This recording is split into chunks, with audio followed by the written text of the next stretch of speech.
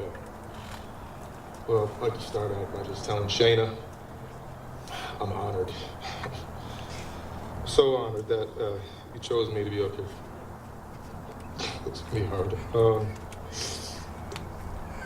My name is Nick Bach. I was the head football coach at Mountain View, but before I got there, I was the D coordinator, and that's just a little bit about who I am.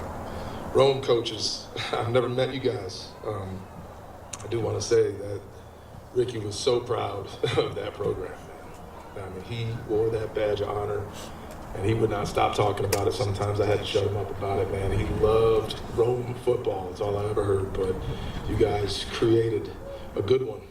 You know you did. You know, he was already there, but you molded him. And, you know, how do I even describe Ricky? How do I even talk about him? Well, obviously, I mean, it's pretty simple. He was the best. He's just the damn best, man. Best at a whole lot of things, and everybody has talked about him, but, you know, the coaches that I was with at the time in Mountain View that remember him, we all can just sit and think about Ricky, and we'll just start smiling. I know we will. I've been doing a lot of crying lately, the last 3-4 days. Kind of tired of it, to be honest with you, and it's obviously uncontrollable, but every time I think I'm out of tears, they keep coming back. But ironically, I've also been doing a lot of smiling and laughing because I've been thinking about my boy. And I say he's my boy. I know a lot of people claim him as their best friend, but I'm taking him right now. That's my boy, man. So you can have him back when I'm done talking. But he's literally nothing but a big ball of good thoughts and fond memories. And him and I just cracked each other up. Myself being originally from Buffalo, New York, and I had a 10-year stint as a college football coach, so that was my background, and I was something I don't know if he'd ever really encountered before. So he got a kick out of me, and he was a young Georgia high school coach that hadn't been to too many places yet. I think we were his maybe second job. So it was a little, if some coaches might call him a little green, a little wet behind the ears at that point.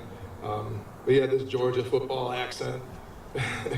You know, good old boy charm, little sayings he'd say, man, and it just absolutely killed me. I mean, it just cracked me up. So we just got such a kick out of each other. I just can't tell you how many times he made my stomach hurt from laughing. So pretty much every time we were together. So this all started literally from the minute we met. Okay. Doug Giacone was the head coach at Mountain View, and he hired me as the D coordinator. We were going to hire an assistant coach on defense. So I got to be in on the interview. And we both interviewed Ricky, and after about 5 minutes, we said, all right, this dude's a hard-working guy. He wants to learn. He's going to be awesome. He's exactly what we want. So we knew we were hiring him.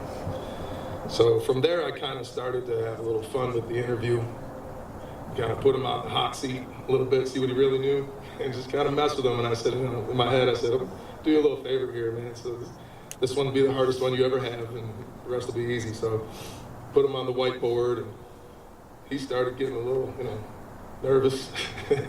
He's drawing a few things that didn't make any much sense at all. And he's going, man, I don't know why I just drew that, you know. And he erases it, and then he's got sweat dripping down his nose. After about 10 minutes, he's pouring sweat, you know. And about 2 weeks after we hired him, I told him, I said, you know, I was just messing with you, man.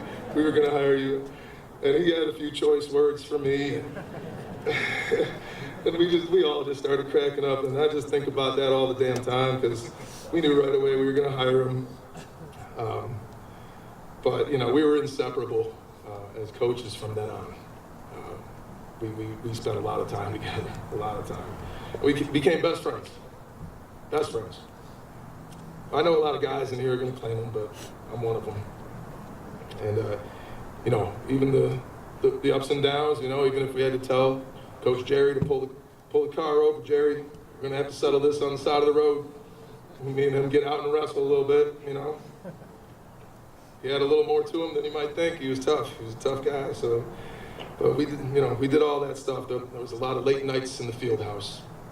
And one good story was, Doug tells it very well. He says, because he was the head coach, he said, I walk in that team room and the whole wall was filled with plays, the opponent's offense. where I'm just sitting there staring at it. It's like 10 p.m. on Sunday, everybody else is gone. And Doug comes in and goes, "Hey man, you gotta get out of here."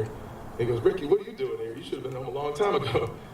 I said, "Doug, I told him to leave 3 times, man. He ain't going nowhere. He just wants to stick around and figure this out with me." So he was a real coach, you know. The hours didn't matter to him. He just wanted to put everybody in a position to succeed. And that's what he did in the classroom too, with all the extra hours. You know, as coaches' lives come and go, often our paths took us in different places and different roads, and some of us left Mountain View High School. My family and I, we actually left the state of Georgia for a few years. And the things we missed most about everything were the friendships that we had here.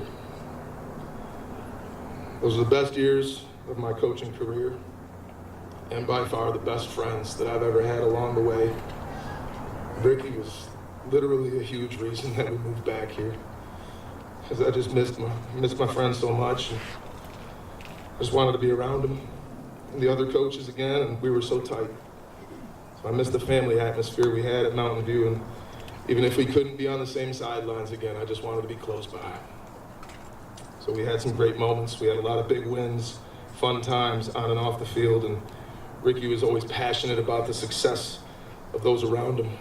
He didn't want the glory at all. He'd do anything for the team. And I just enjoyed him so much. So words really can't describe it or do it any justice. So from now on, when I think of him, I'll continue to laugh and smile. And I'm going to try really hard not to cry at the same time. I love you, Rick.